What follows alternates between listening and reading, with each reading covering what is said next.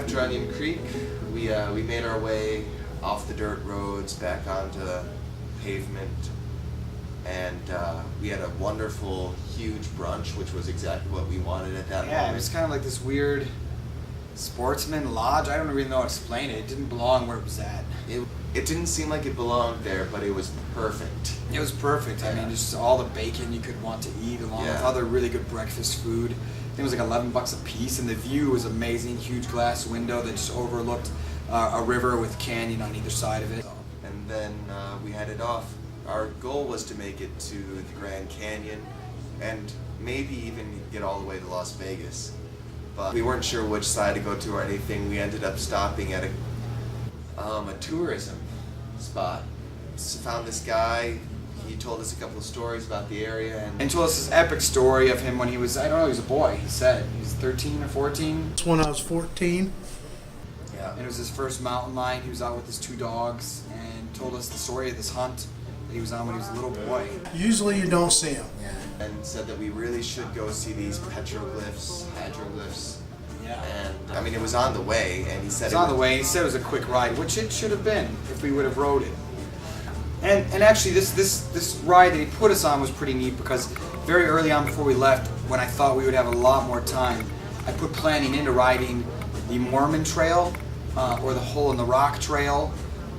This trail it's treacherous, but I can only imagine there's spots in all this where through the hard rock, the slick rock, which is what people like to ride out there on their bikes. A lot of the slick rock, you can see just the ruts, 2 lines cut through the rock, and that's still to this day where the wagon wheels cut into the earth. I wasn't having a great time with the dirt bike. I can't imagine having to push an ox-driven through that kind of sand and stuff. Anyways, it's called Hole in the Rock because they cannot get their wagons around this rock because of the way it is, and so they get a bunch of dynamite and they blow this huge hole through a rock. And still today, people can drive their like 4x4 vehicles through it. So now all of a sudden we find ourselves seeing signs that say Mormon Trail. We're on the Hole in the Rock Trail. So that was cool. It was something that we wanted to check off the list, and we kind of given up on it. So we've been walking for a little bit longer than we'd like to be, but we're finally at a place where it kind of fits the description. 1972. Oh, perfect. These are some very modern Indians. Cactus, I hate them. They will kill you, be careful. Oh, good. More climbing.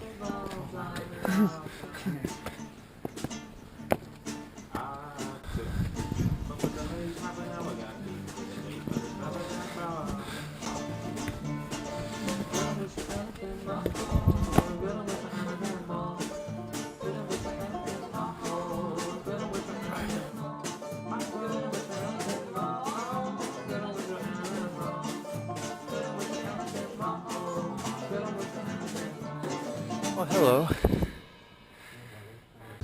So we got to finally see it.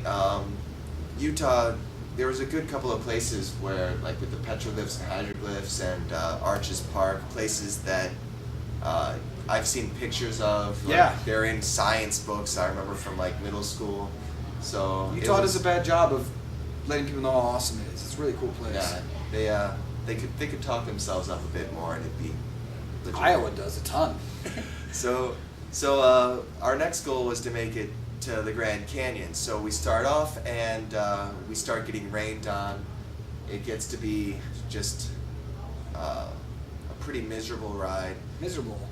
This point also became the theme of the trip would change to getting rained on in areas that just don't expect rain. Right. Desert rain and just getting drenched. Just getting soaked for days in the desert. And these rides were supposed to be very enjoyable temperature-wise. It was September. Good time to be out there. It was supposed to be nice and warm, and instead we're just getting cold weather and rain. So.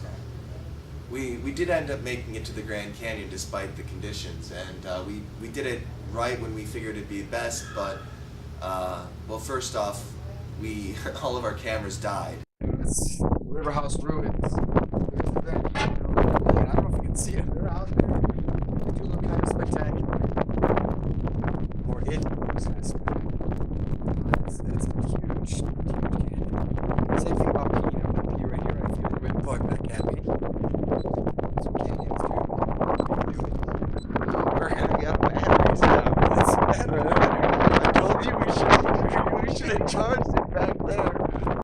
tank the rodeo horse experience where we just Yeah. there was nothing to document. But then on top of that, there was nothing to see because of the rain and the way the clouds came in. Even though it was supposed to be a perfect moment, it was just overcast, and all we could see is a foggy mist. And to be, you know, fair, neither of us have ever seen or been to the Grand Canyon in person, and so that was not acceptable to get there, look and just see mist. It was impressive, vast mist, Yeah. but we wanted to see the canyon, so we made a decision to set in that night and camp in the Grand Canyon Park.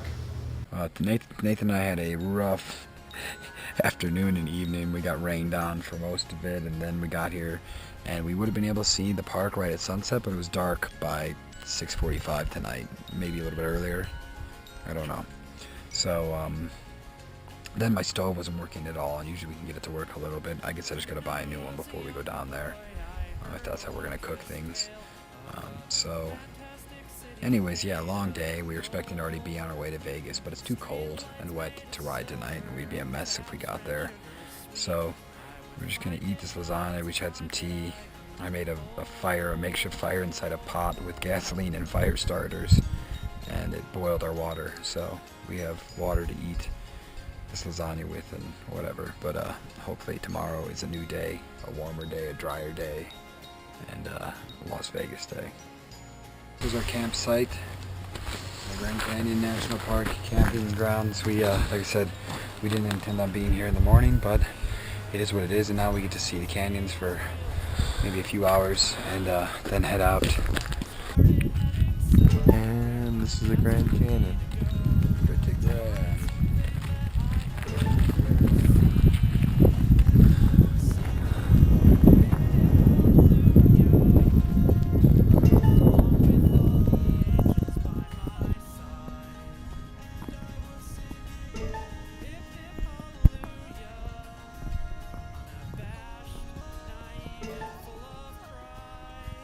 And we went on to Las Vegas, which we Yeah. had an eventful ride until we were about to cross over Yeah, the news. into Nevada. In the gas stations, yeah, I can't remember whether when I went into the gas station, people saw us on motorcycles and started saying like, hey, you know what's about to happen? And we were like, well, what?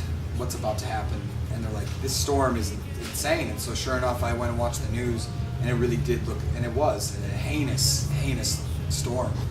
We weren't really ready to waste another day waiting out a storm, and it sounded like fun anyways, so we put on our rain gear and headed into the storm. So Nathan and I are about to cross over into Nevada. We're 57 miles from the Hoover Dam. We're really excited about the new bridge, but in between us and there is that.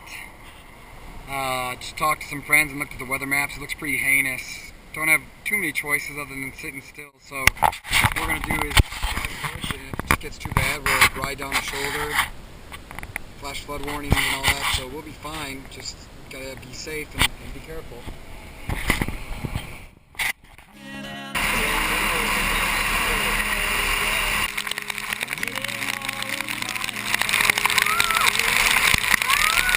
We were riding through a lot of water at some points. Yeah. A lot of people weren't driving very well. We'll go figure. You know, later we'd speak to a woman and she told us it was the most rain she'd seen in 34 years of living in Las Vegas. Particularly nasty storm blew through here, and some of the images have people wondering if this city will ever be able to deal with the rain. Clark starts us off now with the drivers who've been on a Oh, we got voicemails. You people that are out there driving during this weather and all the flooding and driving through the floods, you are really stupid. You're stupid. Continue to drive through flooded areas. It makes no sense. As probably a lot of you guys know, before you get into Vegas, you come to see the Hoover Dam. We got footage of it. We were looking at the wrong side of the dam. Yeah, because you know one side looks like, oh yeah, it's a river. Yeah, there's a lake over here, a reservoir. You got a dam. Great. And so then we get to the other side, we're like, oh, it's pretty massive.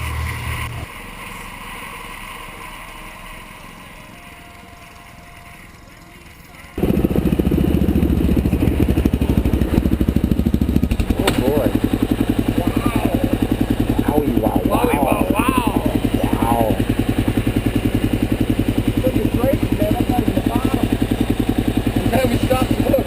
Yeah, it's big. That's the side. We're on the wrong side. We should get out of here before the popo comes.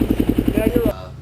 Went on, met up with one of Aaron's friends. He looks at me like, how are you? Good, how are you? Well. Really didn't have a whole lot that we planned to do in Vegas. We're not like gamblers, and we're not really like party people per se. So the city of Vegas, I guess, except for shows, everyone says go see the shows. We just kind of want to see the strip and get footage of it.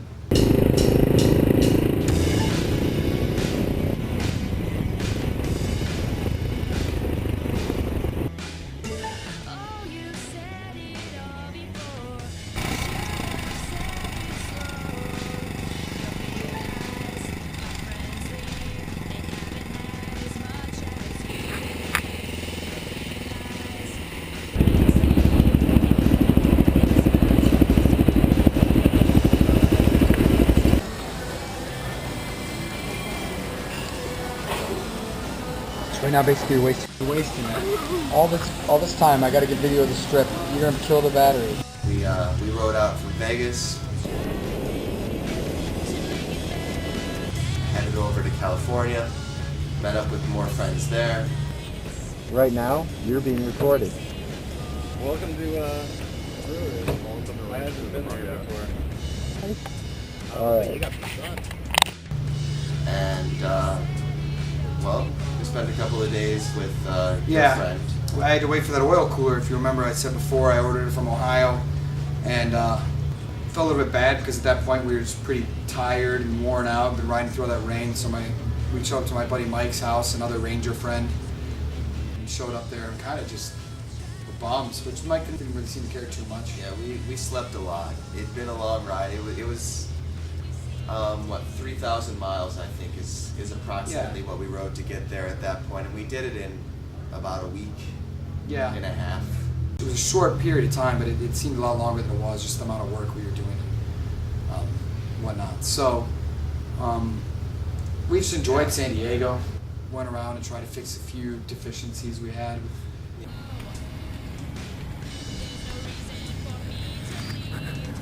What's going on?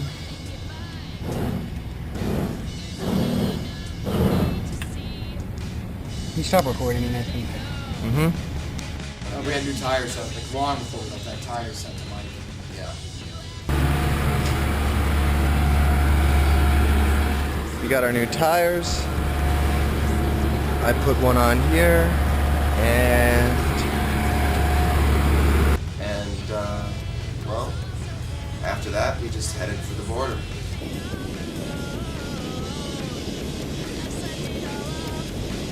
Another reason for all the sleep is because now we were going to enter Mexico. I think we wanted to be ready to enter Mexico. Whether we talked about it or not, we had some definite fears about Mexico. Not that we started off with them, but they're more instilled, and I feel bad about that, letting people instill fear in me, but or at least a very healthy respect. I don't know. It was just everybody's reaction and the stress and pressure that they were putting on me for bringing Nathan with me. People told me I was selfish. You go if you want to go die, but don't. Why are you taking your only other brother with you? Someone said something like that to me. So, and it's funny. What's funny also is after this was successful and people saw us reaching people and making just amazing friends along the way in every country we were in. People all of a sudden it's as if they never said these horrible things about how we were going to get chopped up by drug lords in Mexico. Yeah.